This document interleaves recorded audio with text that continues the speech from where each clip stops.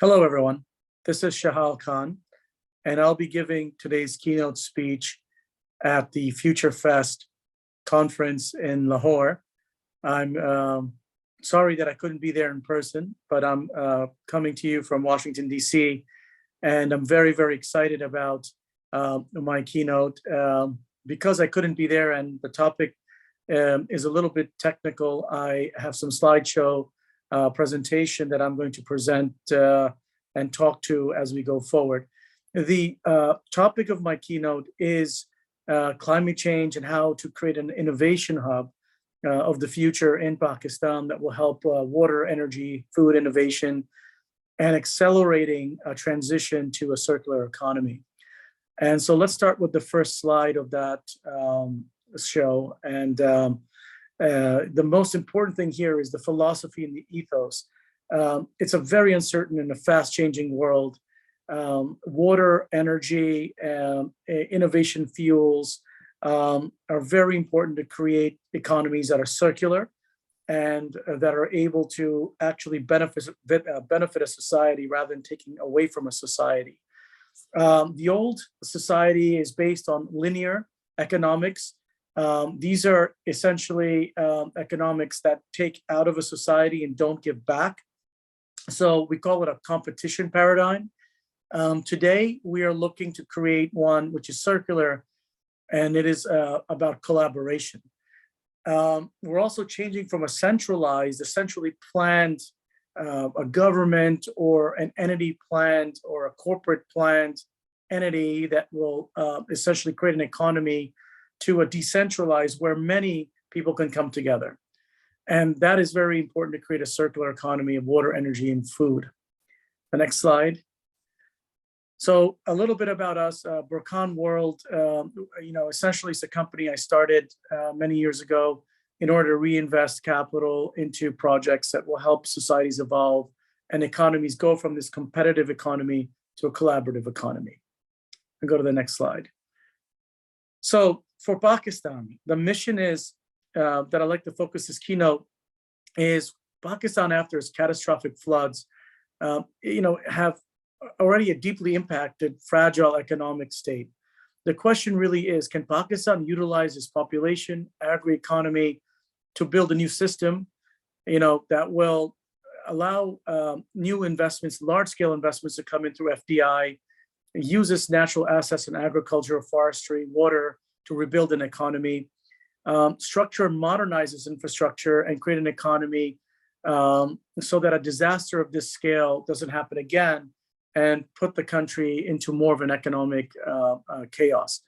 And I think we have the ability to do that through COP27 and what is now going to become COP28 and utilize essentially an opportunity of carbon credits and carbon credits coming in from advanced economies and using the agrarian economy of Pakistan to be able to trap that carbon and create a large-scale FDI of potentially a few $100 billion to come into the carbon economy of Pakistan by using a carbon registry.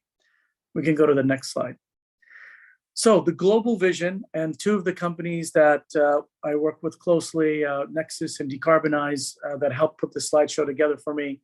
And the global vision is to enable economic well-being in resource-constrained regions by creating these circular economies.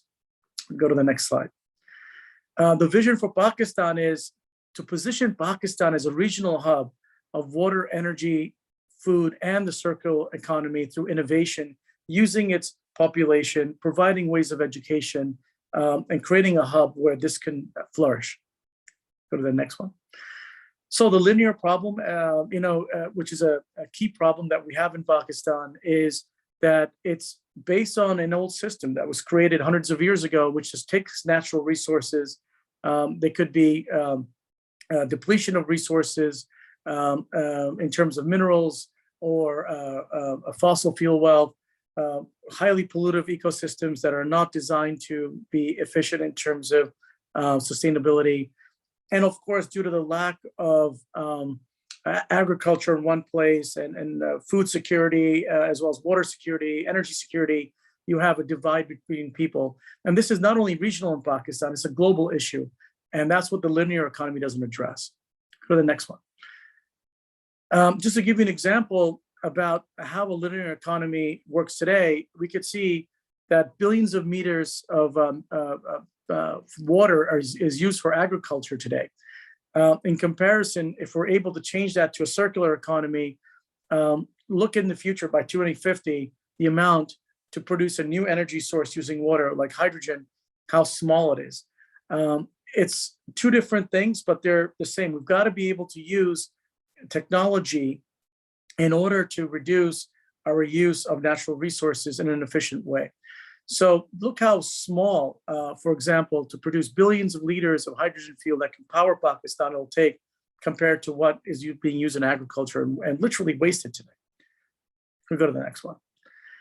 Circular economy, this is what we're going to try to do in terms of focus the future of Pakistan as one of the pillars of an economy I think are key is to use circular energy, water, and real-time data in order to be able to create an economy that doesn't have waste, right? It creates a usage tool that also creates the ability to recycle, but also get additional credits out of the system to be able to power that economy in a self-mechanized fashion.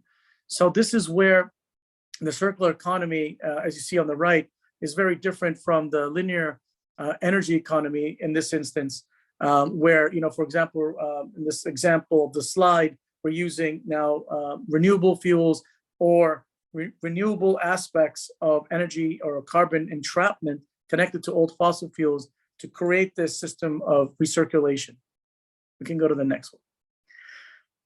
Why is this important? It's important because there's trillions of dollars at stake moving potentially now from the West, which has ESG guidelines to meet, and China that has to meet these guidelines as well, and coming to places like Africa and Pakistan that could utilize this transition in the form of water credits or carbon credits that could fund the actual establishment of new ways of agriculture, new ways of energy generation, new ways of being able to fund an economy where that resource that is inherently local isn't being lost and taken from others, but it's staying where it is, and it's allowing the local and regional groups within that country or nation to be successful in the utilization of that asset.